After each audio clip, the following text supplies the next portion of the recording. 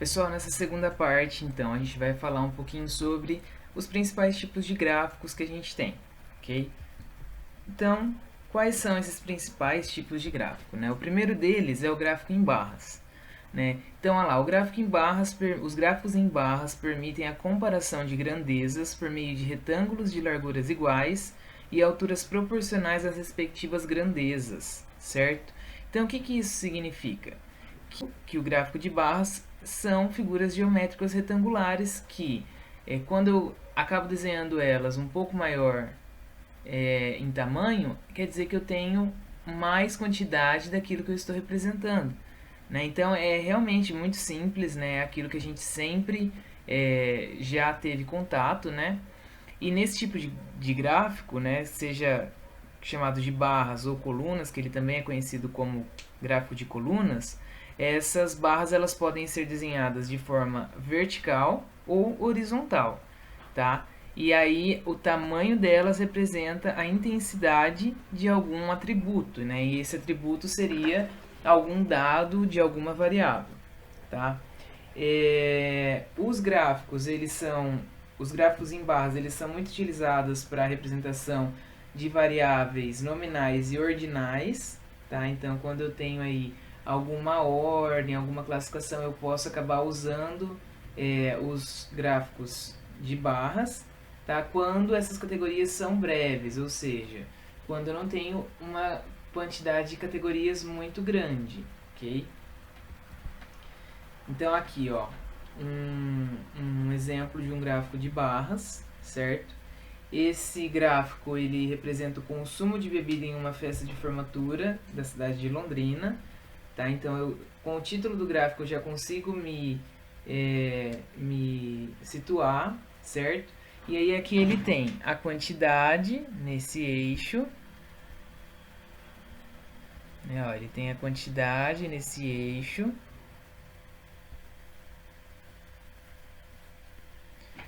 E aqui ele tem os itens, né, dessa série, que é uma série categórica, tá? Então eu tenho aqui, ó, cerveja, água, suco, bebida. São categorias de bebidas, né? Por último aqui o refrigerante, são categorias de bebida.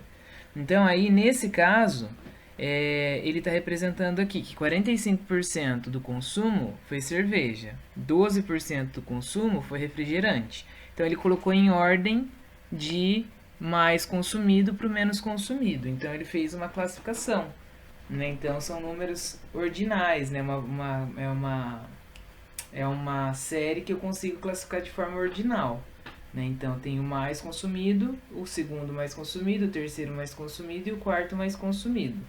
Ok? E aí, a partir disso, eu consigo aí chegar a algumas conclusões. Tá? Aqui, ó, o mesmo gráfico, só que agora com barras na horizontal, certo? Mas ele representa a mesma coisa. Então, ó, nos gráficos anteriores, a gente consegue fazer algumas observações. Então, a diferença entre as barras é apenas o comprimento. Né? Então, a largura é arbitrária. Então, ela é independente do tamanho que ela for feita, ela tem que ser igual para todas, né? Mas aqui, ó, a largura da barrinha, ela é igual para todas. Só que o comprimento dela, ó, muda de tamanho. Por quê? Porque é isso que vai me mostrar a intensidade daquele valor, daquele atributo, né? Se não tivesse nenhum número aqui, ó, eu já conseguiria saber que a cerveja foi a mais consumida. Vocês entenderam? Então essa é a intenção do gráfico, facilitar a visualização.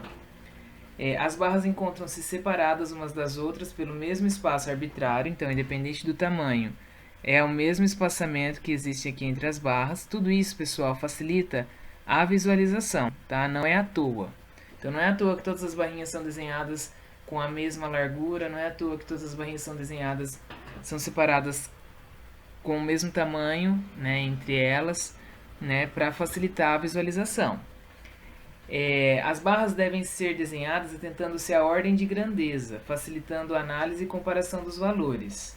É usual dispor os dados em ordem crescente ou decrescente. Então, nesse caso, eu consigo ver aqui, ó, do menor para o maior. Então, ela foi classificada de forma ordinal crescente, tá? Então, do menos consumido para o mais consumido. No anterior aqui, ó, foi classificação ordinal decrescente, do mais consumido para o menos consumido, certo? Então, isso não é uma regra, mas pode facilitar para mim na hora de comparar, né? Ao invés de eu ter a minha maior barra aqui no meio e a minha menor barrinha aqui, uma barra média aqui no canto, não, eu coloco em ordem crescente, fica mais fácil de eu interpretar o meu gráfico, ele fica muito mais informativo, certo? E a linha 0 e a escala estão claramente definidas para evitar interpretações equivocadas, né? Então aqui, ó, o meu 0 aqui, ó, ele tá bem definidinho, né? Da mesma forma aqui, ó, o meu 0 tá bem definidinho. E a escala, ó, ela tá de 10 em 10, para que eu não me perca. Então, por exemplo, se aqui, ó, é 28, não é 30. Então, ela é quase 30. Então, se eu vir aqui, ó, pro meu eixo, ele bate no 28, certo? Então, assim, eu preciso dessa escala para que ele fique claro, né? Para que eu entenda perfeitamente aquilo que o gráfico está querendo me dizer, tá? Porque se eu precisar tirar esse numeral aqui, por exemplo, pela escala do desenho, eu consigo saber aquilo que está acontecendo, certo? Então, vamos continuar. Aqui eu tenho um outro tipo de gráfico em barras, que são os gráficos em barras compostas, né? Então, nesse tipo de gráfico, a gente tem a barra segmentada em partes. Então, aqui é quando eu tenho, por exemplo, duas variáveis sendo observadas em diferentes categorias, né? Então, por exemplo, aqui eu tenho o quê? Número de homens e número de mulheres que têm preferência de conteúdos em uma plataforma de notícias, tá? Então, se a gente pegar aqui a primeira categoria das notícias, jogos, então 35 a cada 35 homens, 14 mulheres acessaram, tá? Então, isso seria uma frequência. Ah, então ele pegou a quantidade absoluta de cliques durante um dia. Então, nesse dia, 35 homens acessaram e 14 mulheres acessaram, tá? Na parte de celebridades, 12 homens acessaram enquanto 40 mulheres acessaram. No esporte, 60 homens acessaram enquanto 18 mulheres acessaram.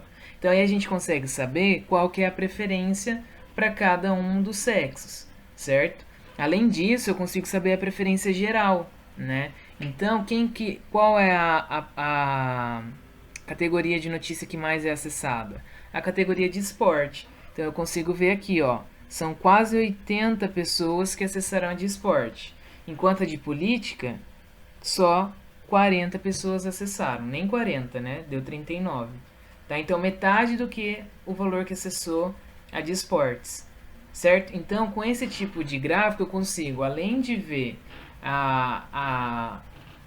o fator de um modo geral, né, entre todas as pessoas, eu consegui dividir em dois segmentos, que seriam o segmento homens e o segmento mulheres. Eu poderia dividir entre crianças e adultos, certo? E assim vai, ok? Então, esse é o gráfico em barras compostas. Aí aqui a gente tem o gráfico em barras agrupadas, certo? Então, o que acontece? Eu posso fazer em uma barrinha só e colocar duas informações, ou eu posso pegar duas barrinhas para contemplar duas informações, tá? Então, é a mesma situação do gráfico anterior, é a preferência de conteúdos de uma plataforma de notícia, dividida em homens e mulheres. Na plataforma anterior, essa barrinha estava junto com essa, porque ela representa, eu só tinha uma para jogos, né? Então aí eu tinha 14 homens, eu tenho 14 homens acessando e 35 mulheres acessando, tá? O que significa isso? Que aqui mulheres acessam mais jogos do que homens, certo? Por que eu consigo identificar que homens são 14? Porque por causa desse verde escuro aqui.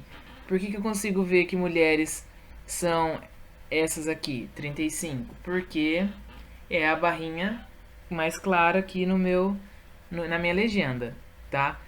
Se vocês repararem, acabou trocando de um gráfico para o outro, né? Então aqui homens eram A bolinha verde aqui tinha 35. Verde escuro, 35. Agora homens continuam sendo verde escuro, só que os homens aqui estão com 14 acessos, certo? Mas assim, independente se mudou aqui o número de um gráfico para o outro, a informação que o gráfico me passa é essa. Ó, aqui agora em esporte, as mulheres tiveram 60 acessos e os homens 18 acessos, certo? Qual que é a diferença desse gráfico para o anterior em relação ao tipo de informação que eu consigo tirar rapidamente? Ó, nesse gráfico de barras eu consigo ver rapidamente que esporte é o conteúdo mais acessado. Aqui, nesse gráfico, eu precisaria somar os números para saber qual categoria é mais acessada, independente se é por homens ou mulheres, certo? Mas enfim, isso vai da minha necessidade em relação àquilo que eu quero informar, tá?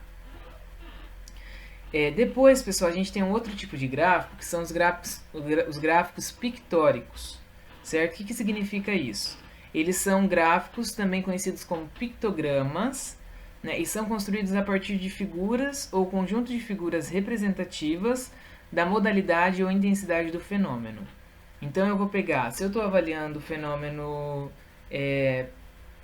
idade, eu vou pegar uma figura que represente para mim idade, certo?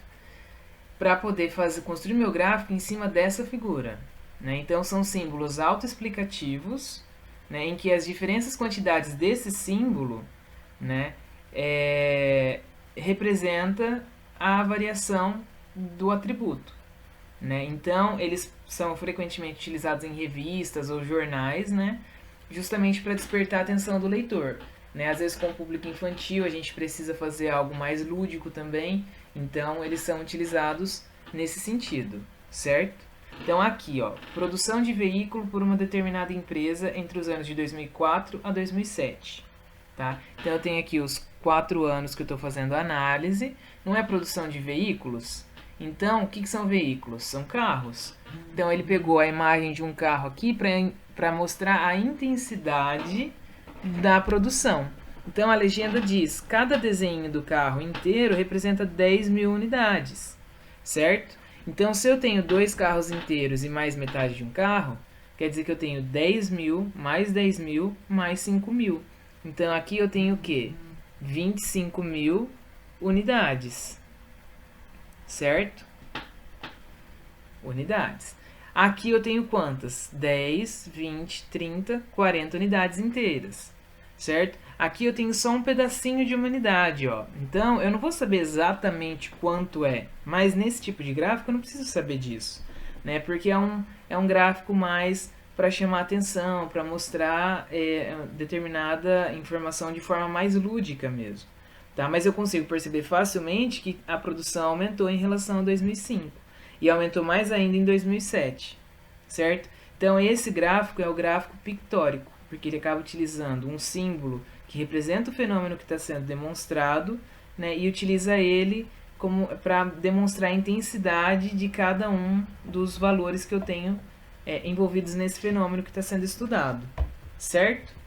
Então, pessoal, para essa parte da aula era isso, e a gente se encontra na terceira parte.